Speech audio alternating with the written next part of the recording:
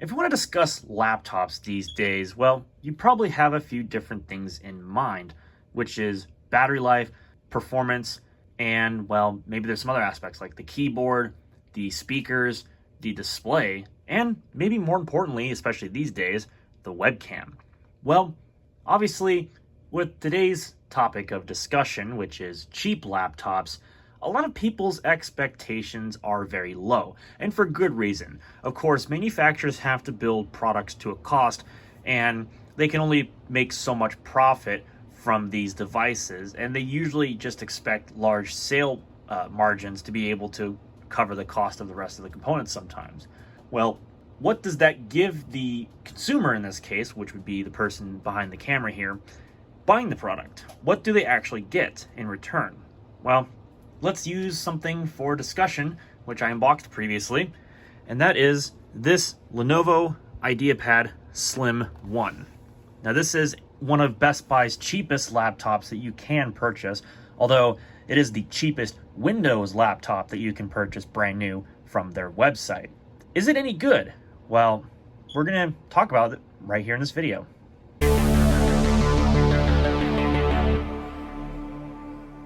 Now, before anybody in the comments section gets any bright ideas about what I'm about to get into in this video, please don't, because I'm not intending on criticizing Lenovo, in the case of this particular machine, for the product that they have made, which I have in front of you. More or less, I'm just reviewing and giving my critical feedback about a product and the category that it is housed in, and just delivering my thoughts on the matter. Now, I know a lot of people, they tend to take opinions one way in my comment section, and you're free to your own opinion, but please, when you're making assumptions about me and what I'm doing with something, really it makes it look stupid. So please just refrain from posting any stupid things in the comment section. And I know that whatever I'm about to say right now is not going to matter. Anybody who goes down in the comment section and posts something that's going to just totally make them look dumb anyway. But I digress. I'm just trying to give you all a bit of a preface before we get into this. There is no intentional criticism to the manufacturer or anything of that sort. I'm just giving my feedback, my thoughts, and criticisms where they are necessary and, well, potentially useful. So anyways, let's get into this. So as you might be able to see, Best Buy sells this very laptop at $230 brand new, which again is the cheapest Windows laptop, since below that there are a couple of different Chromebooks that you can buy. But I picked up this Lenovo IdeaPad 1 for this video for $120. So, I mean, I can't be too harsh about the price that I paid for my unit, because for what I'm getting, it's actually not the worst thing ever. But still, I am going to criticize this as if it was a $230 laptop. So I guess to get the TLDR out of the way of cheap laptops, what do I think about them? Well, I guess the easiest way to put it is they're built to a cost and they're cheap for a reason.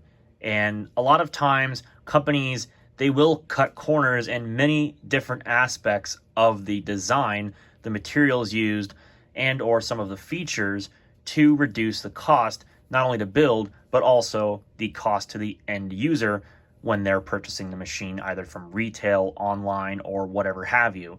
And companies have done this for lots of time periods. I mean, this is not just one of the kinds of machines that manufacturers have cheapened down. I mean, you got to think about even higher end machines that are built to really low specifications, looking at you, Dell. But regardless, it doesn't come close to what I'm about to describe here. Now, this ultra cheap tier has only really developed as of recently with the openness of Google's Chromebooks, and especially in the case that I demonstrated, maybe the iPad. You can use that as a bit of a laptop replacement on the cheap as well. I mean, $329 gets you something pretty decent. But then there's this Lenovo. It's like, why does this thing exist? Well, maybe to fill a gap, but honestly, it doesn't even do that great of a job at it. And let me explain why. Now, I know what I'm about to say might have some kind of a bias towards more expensive premium quality machines, and honestly, I'm not trying to apply that here, so if I do inflict some kind of premium bias on something, I apologize, but, this is something that's probably worth discussing. So I have to put it in where it's applicable. And that is, first major thing, the build quality.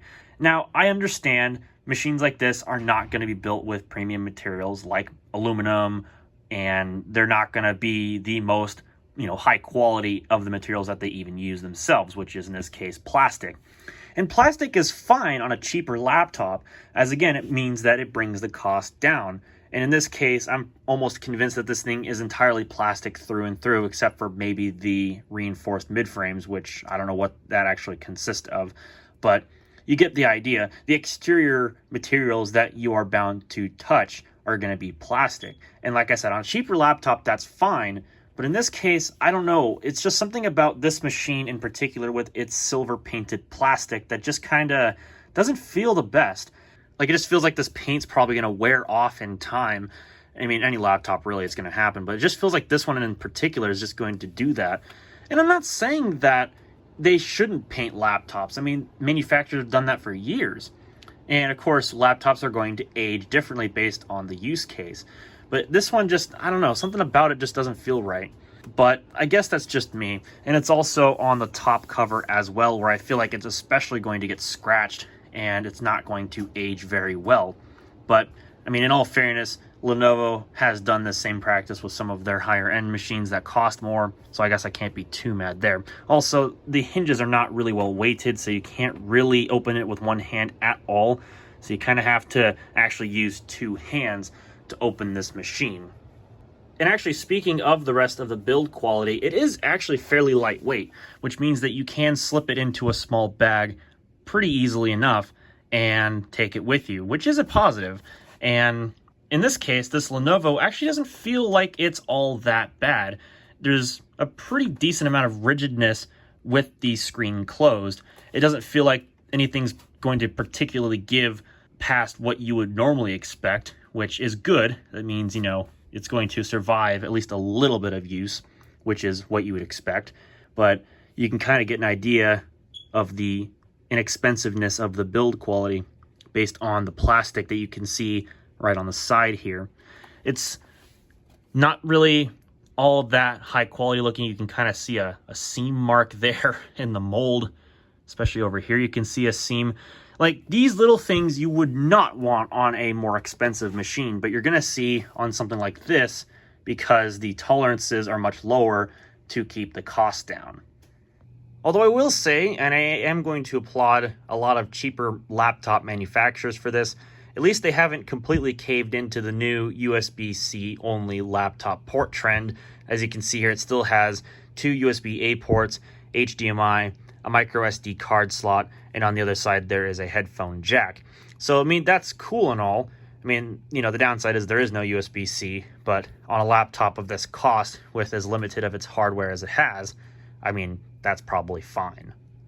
And I guess one thing I will award Lenovo here, a lot of cheap laptops usually have a lot of flex in the middle where the keyboard is because they don't reinforce the chassis, which oftentimes means that laptops will tend to flex and distort their actual chassis design a little bit, so they look warped in the middle or something as they age, especially a few years on. But this one actually feels like it would take a little bit of use. Now, I mean, I can't speak for future use because I imagine someone like this is probably only going to use a laptop for the sake of schoolwork in the event that they need something cheap just to get their Google Docs done or something like that.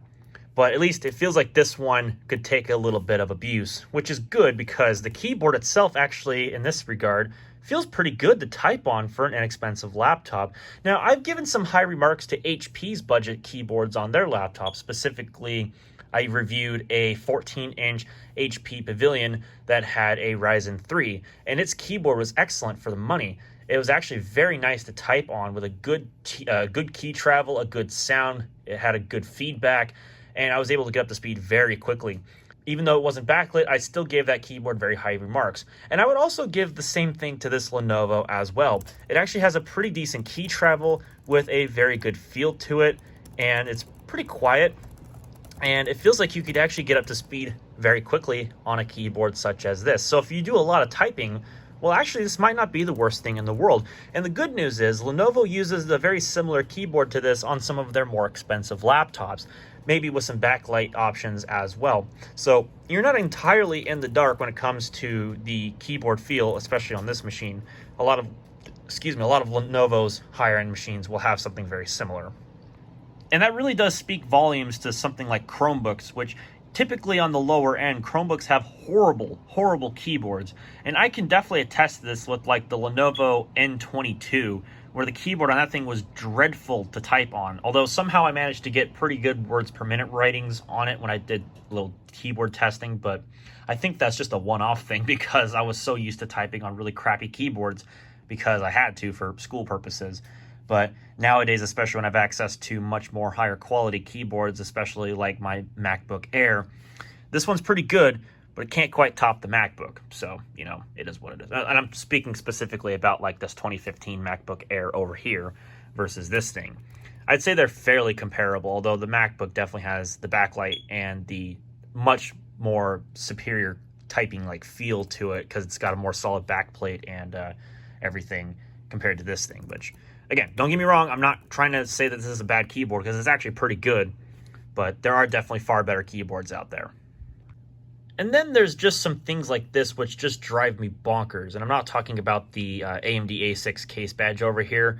I mean, that's pretty typical for PC manufacturers, but we'll get back to the processor in this laptop in just a moment and my thoughts about it because they're not very good. But before we do that, let's talk about the trackpad. And, you know, I can't really say that this is the highlight of this laptop at all. Not only does it have one of those older diving board style mechanisms, which again, a lot of PC manufacturers still use, and that's totally fine because, well, it probably is not a surprise that Apple's patented their 3D touch-like trackpad on their MacBooks, which I miss on my MacBook Pro, but I digress. Anyways, this one is a plastic trackpad, which feels like it has a plastic mechanism, and that's all fine and dandy. When you click down here, it feels okay, but then you need to go over here, and it's like, it struggles to click. It doesn't really register, and especially if you have it flat on a surface, it's really hard to click over here compared to over here. It's like, it's so uneven and not very well balanced. It's not all that good. I mean, it tracks okay, I guess, for a plastic trackpad with non-Windows precision trackpad drivers to my knowledge. So I guess it's tolerable, but still, this is something that you would expect on a Chromebook, which is effectively what this is. And it just, it's not the best. It does not feel very pleasant to use. I would definitely, if you had something external to use in one of the very few ports that you have access to, if it wasn't Bluetooth enabled, then I would definitely say avoid this trackpad because it's not the best. And I'll get to the specifications here while this machine powers on so you get an idea as to the performance of it, which not very good. So, you might have already noticed the AMD A6 case badge down here. This uses the AMD A6 9220E processor with integrated Radeon graphics. And it's based on the Bulldozer process, even though it is new enough to use DDR4 memory, which is one of those things that AMD was doing in 2017 as a bit of a carryover. They used the older Bulldozer chips, but they allowed them to use the new AM4 socket with DDR4 RAM, but realistically, they were the same Bulldozer chips that were used in previous AM3 Plus systems.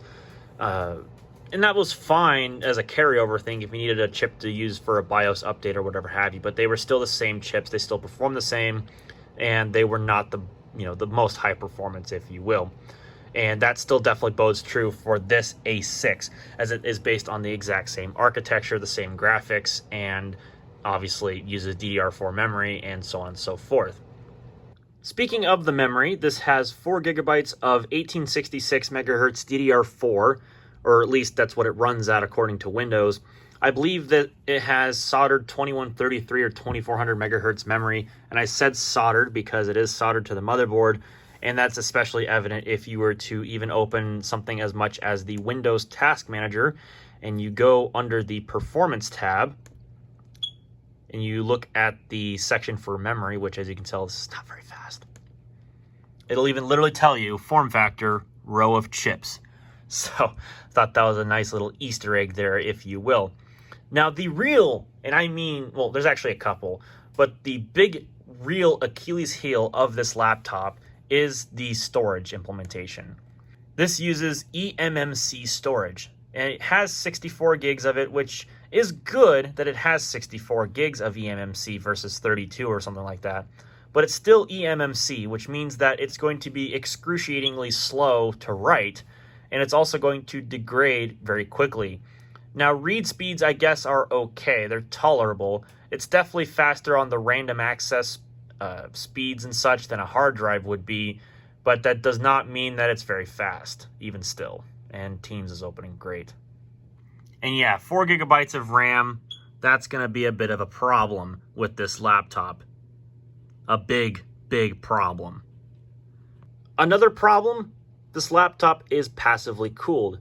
And I'm not really trying to bash on this necessarily, as especially Intel Celerons and some Pentiums are fanless these days because their TDP, or their thermal envelope design, allows them to be fanless because they don't necessarily need to have a cooling fan in order to run at peak performance. They can just simply throttle their performance down as it's required if the chip were to heat up under load. And that's exactly the case here because it's a passively cooled chip. And that would be fine, but in the event of this machine, it really struggles to, obviously work within that thermal envelope. As you can see right now, because it is within thermal specifications, and I do have this elevated up off the bed, it is running at above boost clock speeds. But under load, like for example, doing video streaming, gaming, which is not a real pleasant experience, mind you, and doing some multitasking, it will actually fall below that boost clock, and it will actually reduce the utilization within Windows to meet that thermal envelope, almost as if it's, again, thermal throttling, which it is. And, that would be fine if the AMD A6 could actually manage that, which, no, it really can't. Even though this is the E version, they do have a full-powered version of the A6 9220, I believe, which does work with a cooling fan. It has a higher thermal envelope. This one is the lower TDP version, which has its performance capped in order to prevent it from overheating. And there's a thermal monitor on the GPU portion of that same chip, which, as you can see, it's running at 34 degrees, which is fine. It's like I said right now, it is fine because it's running at boost clocks. But if it does get warmer, which guarantee you it will, then it's not very good. You might also notice that I don't have a lot of startup tasks set. I only had maybe Microsoft Teams open in to run on login. And as you can see, the chip is just 100% most of the time, which that's not uncommon for a computer to start up. But in this case, it's bad because this isn't exactly a fast processor to begin with. Even in the barest of essentials, even on a Chromebook, it's not very good. But especially here running Windows, and this is with 20H2, mind you, it's not very good. It's just constantly getting pegged at 100%, which means that it's not really got a lot of room left over to do anything. And I think this just mainly has to do with Windows these days as far as its overhead is concerned. There's just a lot of services running in the background that this little chip just can't handle, and it just struggles. So let's see.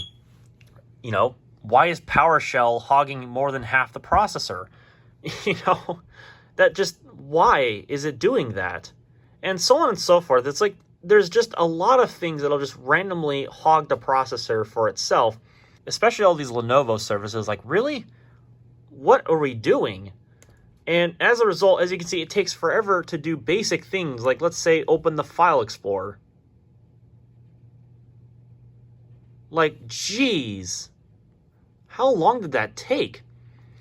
And for example, let's go open up the Chromium version of Microsoft Edge.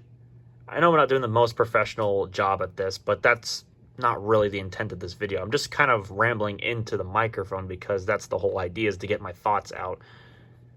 But as you can see, it's just struggling to even open Microsoft Edge.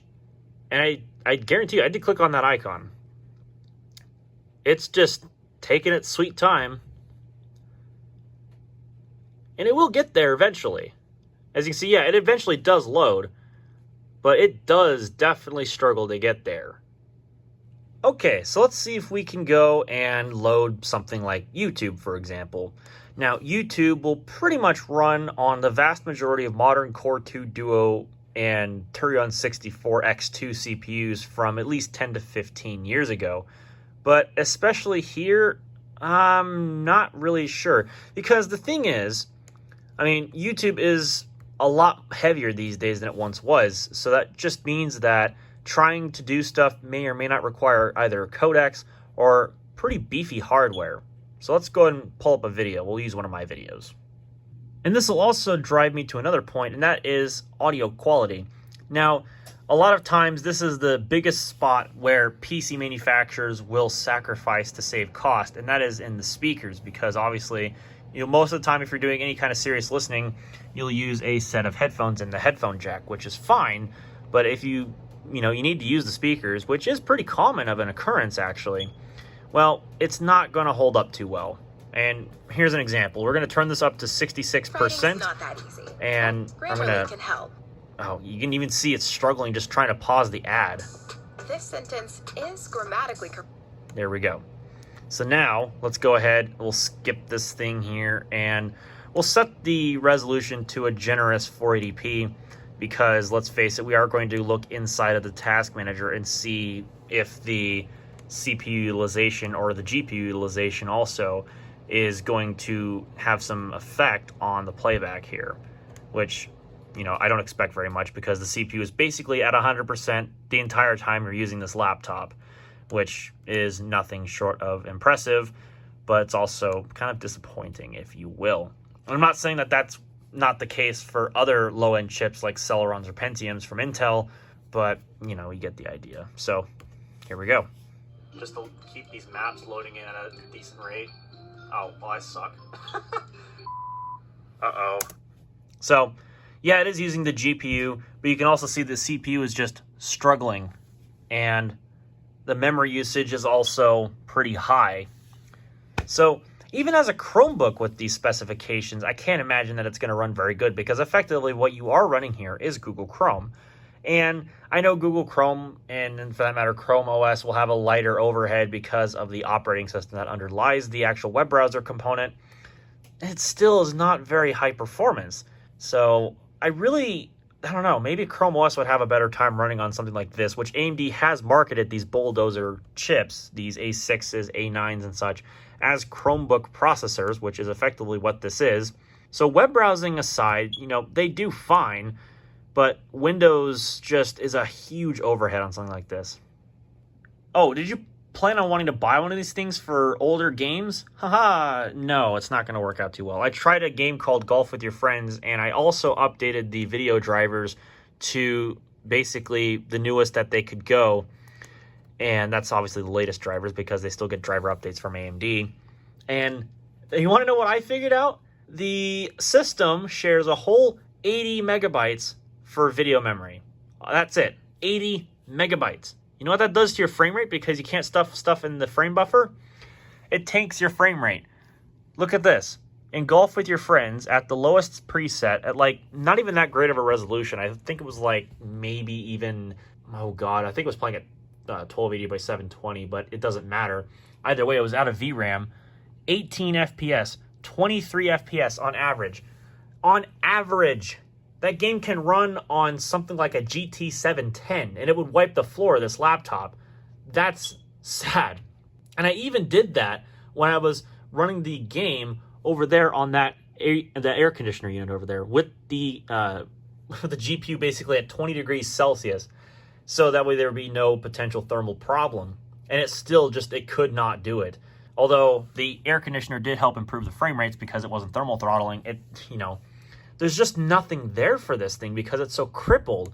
And it also could just be the way that Lenovo limited how the APU was allowed to allocate video memory in the BIOS, because I believe these can have support for more VRAM. But this Lenovo, or in this case, this A6, one of the two, not very good. A couple of other aspects before I wrap up this video. First off, and then this aspect.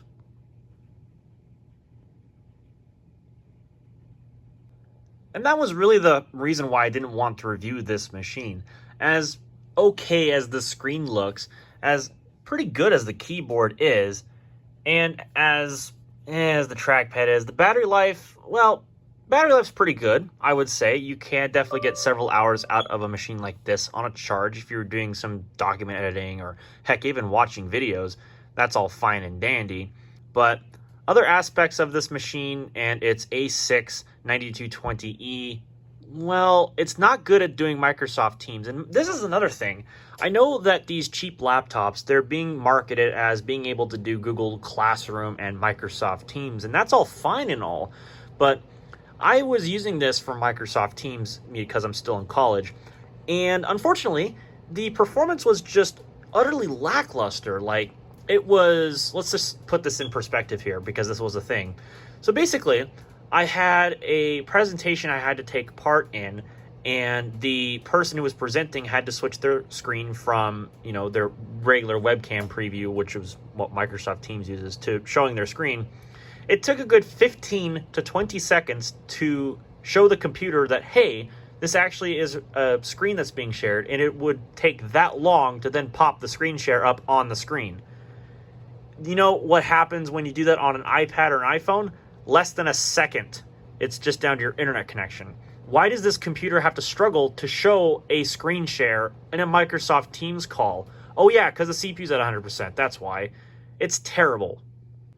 So I guess really to conclude this video as far as cheap laptops are concerned, really if you need to buy one new because they have warranties, they have money back guarantees, and or they have better battery life than, say, a used laptop, and maybe there might be some other aspects of it too that might be of better value to you, like potentially in this case 1 year subscription to Microsoft Office 365.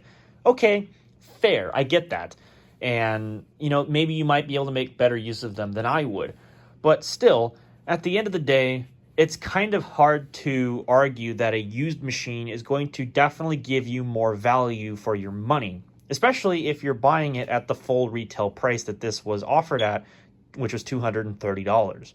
Honestly, for that kind of money, you could get yourself a used business class Dell Latitude or a Lenovo ThinkPad, and you get yourself immensely more value for your money. I mean, yeah, you'd be downgrading to DDR3 memory, but at least you could upgrade the RAM. Yeah, you might not have as good of graphics. Well, actually, it'd probably be better graphics than this thing, let's be fair. But in some cases, newer machines like this on the budget end might have better graphics than a machine on the older side that has a more powerful CPU, but the graphics might not be nearly as good. But you might get yourself a better quality display. You get yourself better quality microphones, better quality speakers, a better trackpad with better tracking, more ports. You might even get yourself a DVD drive if you're lucky, if you're still into that sort of stuff. And for that matter, you definitely get yourself something that's more durable in the build quality department and something that would be more easily serviceable. You wouldn't have to deal with soldered SSDs, soldered RAM, a non-soldered processor. You could upgrade the CPU actually. And in some cases, you know, it's not true, but, you know, you get the idea. And overall, a used machine in that category is going to just give you better support, as there will be like actual like documentation online of, hey, if there's an issue, I might be able to fix it.